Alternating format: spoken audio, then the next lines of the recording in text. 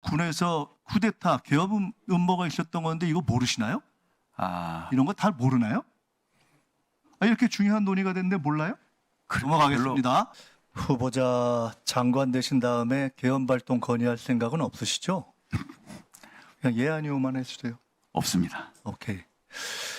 어제 이재명 대표가 개헌 얘기한 것에 대해서 대통령실에서 말도 안 되는 거짓 정치 공세다. 이것도 당연히 동의하시겠죠?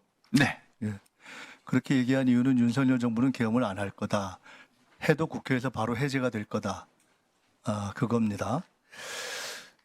제가 얼마 전에 이렇게 얘기했습니다. 김용현 후보자를 국방장관에 갑자기 임명하려는 것과 대통령의 반국가 세력 발언은 김건희 여사의 감옥행을 막기 위한 계엄 준비 작전이다. 이것도 말이 안 되는 정치 공세라고 생각하시는 게 당연하겠죠? 동의하지 않습니다. 네. 오늘 그 얘기를 좀 해보겠습니다. 대통령께서 후보자한테 장관으로 가서 계엄 준비해라 이렇게 말씀하신 적도 당연히 없으시죠? 네. 네. 설령 계엄을 해야 할 상황이 온다고 해도 국회가 과반수 의결로 요구하면 바로 해제될 것이기 때문에 후보자도 사실상 계엄은 현재 불가능하다. 그것이 대통령실과 정부 여당 관계자들의 주장이기 때문에 이렇게 보셔서 그렇게 말씀하시겠죠? 네, 생각해 본 적 없습니다. 네. 생각해 보신 적이 없는 것이 아니라 계엄이 불가능하다라고 주장을 네. 하고 있지 않습니까?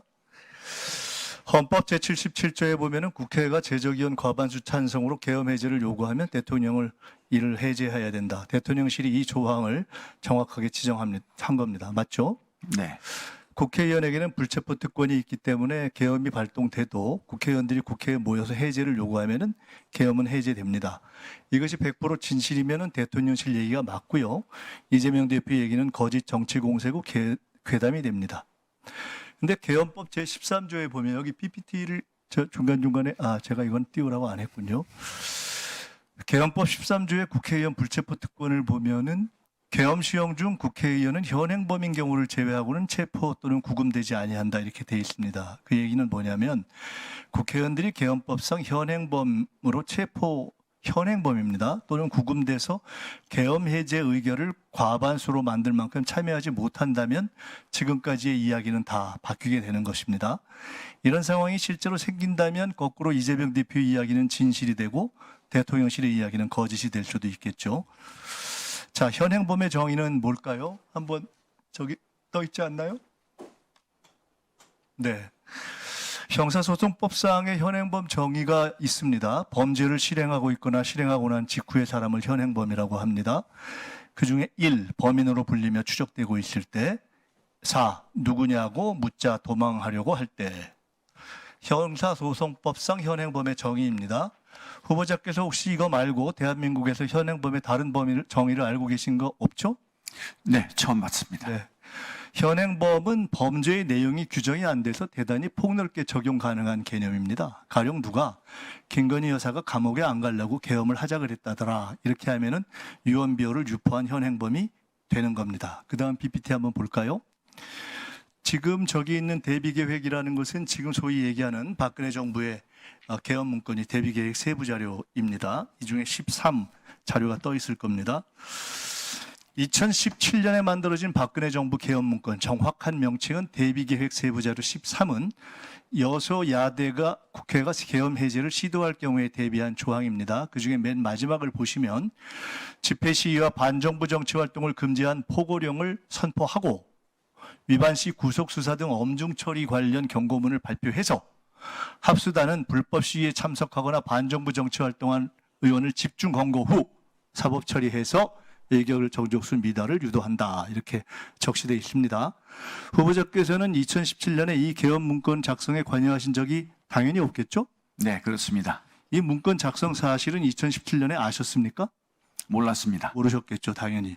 2017년 당시 후보자는 계급과 직책이 합참작전본부장이었던 것 같은데 맞습니까? 맞습니다. 2017년에 이 문건이 작성된 건 팩트인데 합참작전본부장이면 꽤 고위직인 후보자도 몰랐다는 겁니다. 즉, 이 정도의 문건 작성은 극소수 외에는 군 고위 장성들조차도 몰랐던 게 당연하겠죠. 만약 후보자가 이 시점에 이걸 아셨다면 되게 황당하다고 하고 반대 이상하게 생각하셨겠죠? 네, 그렇습니다. 그렇겠죠. 만일 이 시점에서 권력 어디선가 계엄 논의가 있어도 정부 여당과 군 관계자 대부분이 모르는 것이 2017년 후보자의 경우를 비추어 봐도 당연히 정상이겠죠? 그렇겠죠. 자, 이 개헌 문건에 대해서 정부 여당 관계자들은 문재인 정부에서 요란하게 조사했지만 무죄가 났다 이렇게 이야기합니다. 자, 실제 내용을 보겠습니다. PPT 한번 띄워주세요. 추미애 전 대표가 민주당에서 개헌 문건을 제기했을 때 정부 여당이 지금처럼 아주 똑같이 펄쩍 뛰면서 부인했습니다. 결국 2017년 개헌 문건 작성은 사실이었습니다. 제가 당시 추미애 대표에게 제보했던 사람 중 하나입니다. 정부 여당이나 관계자들의 주장처럼 조현천 당시 기무사령관의 내란 예비 음모 혐의는 검찰에서 무혐의가 되었습니다. 왜? 문건은 작성되었지만 문건 작성만으로 실질적 내란 위험에 이른 것은 아니다. 이런 이유입니다. 그러나 조현천의 개헌 문건 작성 직권 남용은 현재 1심 재판 중이고 문건을 작성하고 은폐한 기우전과 소강원 당시 기무사 5처장과 610 부대장은 2심에서 유죄를 받았습니다. 그건 아시나요? 모르시나요? 예, 제가 관심을 이렇게 못 중요한 거 군에서 쿠데타 개헌 음모가 있었던 건데 이거 모르시나요? 이런 거 다 모르나요? 이렇게 중요한 논의가 됐는데 몰라요? 넘어가겠습니다. 이런 부분에 자, 그 다음 관심이 PPT로 없었습니다. 넘어가겠습니다. 네. 띄워주세요. 국가 비상사태가 발생하면 국방부는 계엄 선포 요건을 검토해서 대통령에게 건의하고 국가안보회의와 국무회의 심의를 거쳐 선포합니다. 즉 계엄 선포 검토도 건의도 국방부 장관이 하게 되어 있죠. 이건 아시죠? 네. 자, 그 다음 PPT. 헌법 77조와 계엄법 9조에 따르면 비상계엄 선포 시에 체포, 급음, 압수수색, 거주, 이전, 언론, 출판, 집회, 결사에 대해서 국민의 기본권 제한이 가능합니다. 국방부 장관이 검토하고 건의하는 계엄의 중대한 권한입니다. 장관 되실 거니까 이건 아시겠죠? 예. 그 다음 PPT 보여주시죠.